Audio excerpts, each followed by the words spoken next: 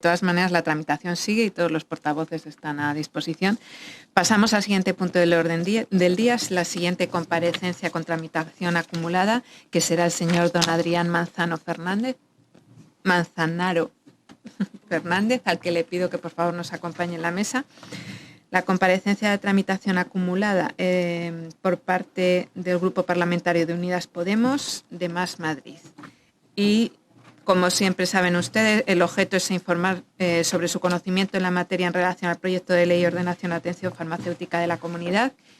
Y una vez que hemos hecho el cambio de interlocutor, que le damos las buenas tardes al señor Manzanaro, pues tiene el micrófono abierto para utilizar sus 10 minutos para que exponga esta comparecencia cuando usted quiera.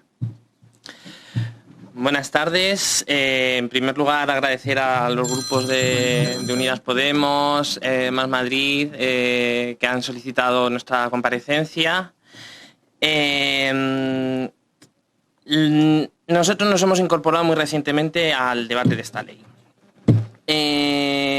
Si comparamos esta ley con la que está todavía vigente de 1998, observamos bajo nuestro punto de vista cambios muy poco significativos y los cambios más novedosos consideramos que perjudican las condiciones de los profesionales de la farmacia. A este punto me quiero explicar muy claramente. La sensación que recibimos cuando hablamos de la oficina de farmacia y oyendo, pues, por ejemplo, discursos que se emitieron el otro día en la Cámara durante el debate de enmiendas a la totalidad, la sensación que nos da es que se desconoce en muchas ocasiones cómo es el funcionamiento de las oficinas de farmacia. Con ello quiero referirme a intervenciones en las que se hablaba del papel del farmacéutico y se habla indistintamente de su rol como empresario como de su rol de sanitario. Como supongo que sabrán, para el ejercicio de la profesión en oficina de farmacia es obligatoria la condición de estar colegiado. Pues bien, según los datos de la memoria anual del año 2020 presentada por el Colegio Oficial de Farmacéuticos de Madrid, en la modalidad de farmacéutico titular figuran como 3.220 farmacéuticos colegiados, los cuales son farmacéuticos y son empresarios. Mientras tanto, farmacéuticos no titulares somos 5.581, casi el doble. Por tanto, cuando se pongan a pensar en las aplicaciones e implicaciones en el ámbito de la oficina de farmacia, sería de consideración que tuviesen en cuenta que lo que se regula no es la actividad de una empresa, sino que va mucho más allá y se trata de la regulación de una actividad profesional de la cual casi el 60% de los profesionales no son dueños de una empresa y que son muchas las situaciones en las que la ambigüedad de una ley les deja desprotegidos sobre la manera de llevar a cabo su actividad profesional. Frente a motivaciones económicas de empresas con las que muchas veces se les presiona y que además son numerosos los casos que conocemos en los que se dan situaciones de intrusismo laboral. Intrusismo en el que se descarta la contratación de personal facultativo para contratar personal de menor cualificación y por tanto un coste menor, que acaba realizando tareas que no le competen y que suponen un peligro para el paciente y una intromisión en las competencias profesionales de los farmacéuticos. Como puede ser que desconozcan cómo funciona esto que les estoy contando, les comento una frase que es muy frecuente escuchar cuando se va a hacer una entrevista de trabajo, cuando se empieza en una oficina de farmacia nueva, que es: aquí todos hacemos de todo. Esto ocurre en entrevistas de trabajo, al empezar a trabajar en una oficina de farmacia. Incluso lo hemos llegado a ver directamente publicado en ofertas de empleo, con el desprecio que esto produce para la profesión desde un sector que además, como agravante, quien produce este desprecio a la profesión son compañeros de profesión. Por suerte, también les digo que esta actitud, aunque es muy numerosa, no es generalizada.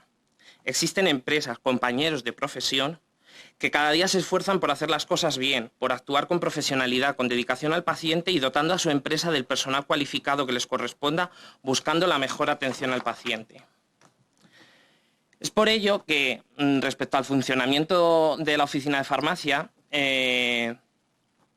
no solo va en detrimento del paciente, este intrusismo del que les estoy hablando, que por cierto, la atención al paciente está protegida por el artículo 43 de la Constitución, el derecho a la protección de la salud, a que les tengan una atención profesional que no les suponga un riesgo. Además, vulnera la atención profesional, ya que los profesionales que son contratados en muchas ocasiones porque es mucho más barato, son técnicos, auxiliares, que acabarán aprendiendo a hacer de todo. Además de esto, esto supone una competencia desleal para todos los compañeros que hemos estado, que como he comentado, se empeñan en llevar bien sus empresas con profesionalidad y con rigor de cara al paciente. Son compañeros que entienden perfectamente su función de establecimiento sanitario de interés público, aunque su titularidad sea privada, y su compromiso con los pacientes. Y es clara la competencia desleal en este caso, puesto que su beneficio empresarial no será el mismo que el de otros compañeros que se dedican a contratar las condiciones mínimas e incluso a llevar prácticas profesionales que no son muy decorosas. Es por ello que creemos que esta nueva ley que se está tramitando debe ser consecuente con esta situación y debe establecer una regulación clara y concisa que no deje lugar a dudas, que en primer lugar cumpla con el precepto constitucional de brindar al paciente una atención segura y en segundo lugar que esta atención sea profesional y para ello ha de asegurar el correcto ejercicio de la profesión de los farmacéuticos, sean titulares o adjuntos. Entrando en materia, respecto a lo que dice el texto y como ya hemos compartido con casi todos los grupos políticos en reuniones durante este tiempo de atrás, hay algunos puntos que a nosotros nos chirrían y que quisiera comentar con ustedes. Creemos que la ley debe dejar claro, tal como se establece en el Real Decreto Legislativo 1/2015 sobre las garantías y uso racional del medicamento y los productos sanitarios, que tanto el acto de dispensación como la atención farmacéutica son competencia exclusiva del farmacéutico. Nos posicionamos en contra de la coletilla que se usa en muchas ocasiones en este tipo de textos legales, que dice se realizará bajo la supervisión del farmacéutico. Dos son los motivos que nos llevan a este posicionamiento. ¿Qué puede supervisar en una farmacia que esté en hora punta, que cuente con personal farmacéutico mínimo y varios técnicos que atienden a la vez? Y segundo, ¿qué se entiende por supervisión? ¿Cuál es la definición de supervisión? Porque en la actualidad, la práctica es que al final del día se firman recetas que han sido entregadas por los pacientes para que les entreguemos el medicamento correspondiente y lo único que se revisa es que la prescripción coincide con el medicamento. ¿Qué revisión del tratamiento, de que el tratamiento haya sido adecuado o no se puede realizar con recetas individuales? La única manera de hacer una revisión y de ver que no interfieren los medicamentos que les han dado a los pacientes es que esta dispensación sea de manera exclusiva por el farmacéutico, ya que es su función profesional y es la persona que está capacitado para ello. Nuestra gran queja con esta ley es la novedad que trae de la desaparición de los módulos horarios, no por los módulos horarios en sí, sino porque consideramos que la desaparición de los módulos horarios se convierte en un caballo de Troya para el intrusismo laboral, ya que al eliminarse estos horarios se ha eliminado la obligación de contratación mínima de farmacéuticos adjuntos en función de las horas de apertura que sobrepasan el horario mínimo. Gran error que a nuestro parecer comete la ley, puesto que una farmacia grande, que en nuestra región son frecuentes, puede cumplir la premisa de tener un farmacéutico contratado pocas horas y que el resto del personal sea personal de menor cualificación y estaría cumpliendo la norma. No solo creemos que debe establecerse un número de farmacéuticos mínimos según la cantidad de horas que se tenga abierta la farmacia, sino que también consideramos que el volumen de pacientes que se atienden debe ser tenido en cuenta, teniendo que incrementarse el número mínimo de farmacéuticos que estén contratados en función del número de dispensaciones registradas, lo cual ya se hace en comunidades como Extremadura, Castilla-La Mancha o Euskadi, entre otras. Otra de las novedades que aporta esta ley al respecto a la del 98 es la atención farmacéutica domiciliaria. Por un lado, nos parece una oportunidad y un logro que se reconozca la labor asistencial del farmacéutico, pero no termina de definir qué se entiende por atención farmacéutica domiciliaria. No entendemos que si es que se trata de una manera de encubrir un servicio delivery y sortear la prohibición expresa que hace el Real Decreto Legislativo 1/2015 de este tipo de actividades, ni deja claro cuál va a ser la zona de actuación, que entendemos que debería no salir de su zona básica farmacéutica. Miren, el otro día en el debate de enmiendas se habló sobre hacer desarrollos de leyes que ya estaban o la necesidad de esta ley nueva. Desde el Grupo Popular se defendió que mejor que parchear leyes que ya estaban era hacer una ley que lo aunase todo. En este caso, hace una ley que lo aúna todo y deja la atención farmacéutica domiciliaria sin desarrollar. Y deja en el mismo sentido los sistemas personalizados de dosificación sin desarrollar. Volvemos a lo mismo, entonces. Es legislación que se queda sin desarrollar. ¿Para qué sirve entonces la nueva ley? ¿Por qué no se pueden desarrollar los sistemas personalizados de dosificación? Existen ya precedentes que lo hacen. Por ejemplo, el decreto 11/2019 de Castilla-La Mancha establece un anexo con condiciones que han de cumplirse para dar este servicio. Pedimos que quede desarrollado, ya que no es ningún servicio novedoso, y que se autorice a las farmacias a realizarlo bajo inspección previa y que para asegurar que se dispone de la infraestructura y del personal adecuado para dar este servicio al paciente. Por último, para acabar, que ya sé que me he pasado, precisamente quería hablar de la inspección, que también es llevada a cabo por compañeros farmacéuticos contratados por la Administración y los cuales cuentan con una dotación de personal insuficiente, a la que no dan abasto y que abre la puerta a la impunidad a todos aquellos que se comportan más como empresarios sin escrúpulos que como farmacéuticos profesionales. Gracias. Es el turno del portavoz de Más Madrid, el señor Padilla, cuando usted quiera. Gracias, presidenta. Gracias, señor Manzanaro, por la comparecencia. Solamente 3 comentarios. Uno está un poco relacionado con una cosa que ha dicho la señora Díaz Ojeda en relación con lo del criterio profesional propio. Nosotros habíamos comentado que no aparecía mención alguna a la necesidad o a la obligación o al deber de los farmacéuticos de guiarse por la mejor evidencia disponible, ni de tener tampoco una formación continuada, ni como obligación de las administraciones de ofrecérsela, ni como obligación de los farmacéuticos de tener que mantenerse actualizados a ese respecto. Entonces, bueno, le pregunto a ese respecto si que tiene alguna valoración. Y luego, bueno, abundar en un par de cosas que ha comentado usted, ¿no? Por un lado, el tema de la zonificación para evitar que la atención farmacéutica domiciliaria se convierta en un modelo de delivery, que por un lado creo que sería peor para la calidad del servicio y por otro lado creo que incurriría seguramente en un proceso, o sea, en oportunidades de precarización de los trabajadores y trabajadoras. Y por último, y creo que esto es muy relevante porque no es una cosa tampoco que haya salido en otras comparecencias, es lo relacionado con la dotación de farmacéuticos en función, en un modelo, si no a lo mejor exclusivo del volumen de dispensación, sí que digamos, mixto de volumen de dispensación y de horario, digamos que sobre todo con la intención de poder asegurar que los farmacéuticos y farmacéuticas van a poder prestar todos los servicios y cumplir con todas las funciones que se les realizan, ¿no? A ese respecto, nosotros hemos hecho una enmienda que deja abierto a reglamentar con posterioridad, porque sí que es cierto que el modelo a lo mejor más desarrollado es el de Castilla-La Mancha, si no me equivoco, pero que bueno, creo que el de Castilla-La Mancha, o sea, probablemente no fuera directamente exportable a la Comunidad de Madrid, sobre todo porque no en su enunciación hay una falta de, o sea, no se justifica digamos, la metodología utilizada para el cálculo concreto de las cifras que usan, ¿no?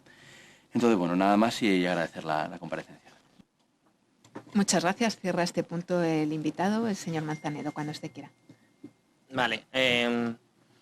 Bueno, por ser la última, en contestación a lo que me decía del desarrollo de la ley, lo que he hecho referencia tampoco es nada extraño. Hemos estado comentando, por ejemplo, la Ley de Ordenación de Castilla-La Mancha, que es de 2019. En su anexo va desarrollado precisamente cómo se tiene que desarrollar un SPD, qué condiciones tiene que tener la oficina de farmacia que lo desarrolle y cómo debe realizarlo y cuáles son las condiciones mínimas, y establece, de cara a lo que me preguntaba la señora Díaz sobre la inspección, establece las condiciones que tiene que fijarse el plan de inspección para poder evaluar si ese servicio de dosificación personalizado se está realizando conforme a normativa o no. Si aquí permitimos que se empiece a hacer, no se desarrolla, que la ley entendemos que es una oportunidad preciosa para hacerlo y no se desarrolla, la inspección, como me preguntaban, no tiene materia de trabajo y al final no queda desarrollada, y creemos que es una oportunidad perdida que se podría hacer ahora y que responde al objetivo que se mencionó en el anterior debate de esta ley, de no tener que andar parcheando distintas leyes distintas. Respecto al comentario que me hacía la señora Joya, de la colegiación, no sé qué es lo que no ha entendido, le vuelvo a leer rápidamente. La colegiación para los licenciados en farmacia para ejercer en oficina de farmacia es obligatoria. Son 3.220 los que están colegiados como modalidad de farmacéuticos titulares y 5.581 como farmacéuticos no titulares. Estos son datos presentados por el colegio de la memoria de 2020, que además es público. Respecto a lo que se me ha preguntado de las secciones, pues es algo que va muy vinculado a lo que creemos que debe ser el número mínimo de adjuntos, y que creemos que en la ley no se detalla cómo se van a gestionar estas secciones. Cuando haya un farmacéutico adjunto que esté capacitado para llevar a cabo esta sección, ese farmacéutico adjunto va a contar como farmacéutico presente en la farmacia que está supervisando alguna dispensación, ¿o no? No lo dice la ley, no lo deja claro. Y si va a estar pendiente de o sea, a mí, perdón, pero explicarme cómo se puede estar atento a tomar medidas para una prótesis ortopédica de un paciente y a que se esté dispensando en la otra esquina de la farmacia medicación, un estupefaciente, por ejemplo. Es inviable. Entonces creemos que la ley aquí también debe ser clara en estos aspectos. Respecto a lo que habíamos comentado del criterio de los derechos del farmacéutico, del criterio profesional, volvemos a lo mismo. En este punto la ley no deja claro, habla de derechos de farmacéutico y habla de manera muy ambigua entre el propietario de la farmacia y el farmacéutico. Es que no son lo mismo. Y muchas veces cuando oímos algunas intervenciones nos da la sensación de que se habla de la misma persona, y no son lo mismo, y como ya les he dicho, el 60% de la profesión no es el dueño de la farmacia. Y somos profesionales sanitarios. Evidentemente tiene que haber una línea de empresa, es una empresa privada, tiene su titularidad privada y tiene que tener su viabilidad. No creemos que los empresarios sean diabólicos, como me ha comentado, mucho menos. O sea, de hecho he comentado que hay una gran cantidad de compañeros que sí hacen las cosas bien, pero no son pocos los que llevan a cabo la frase esta de aquí todos hacemos de todo. Me queda medio minuto, lo siento. Vale. Entonces creemos que debe establecerse el derecho a criterio profesional propio. Yo estoy atendiendo a mi paciente, no tienen por qué meterse nadie. Y muy rápido, respecto al cálculo de adjuntos, habría que adecuarlo a Madrid, evidentemente. No se dispensa igual en un pueblo, en poblaciones pequeñas, que en una gran ciudad que a lo mejor vende muy pocas recetas y que son los criterios que utiliza, por ejemplo, Castilla-La Mancha o Extremadura, las dispensaciones al servicio público como criterio para exigir más farmacéuticos. Habría que adecuarlo, pero creemos que es importante. Muchas gracias.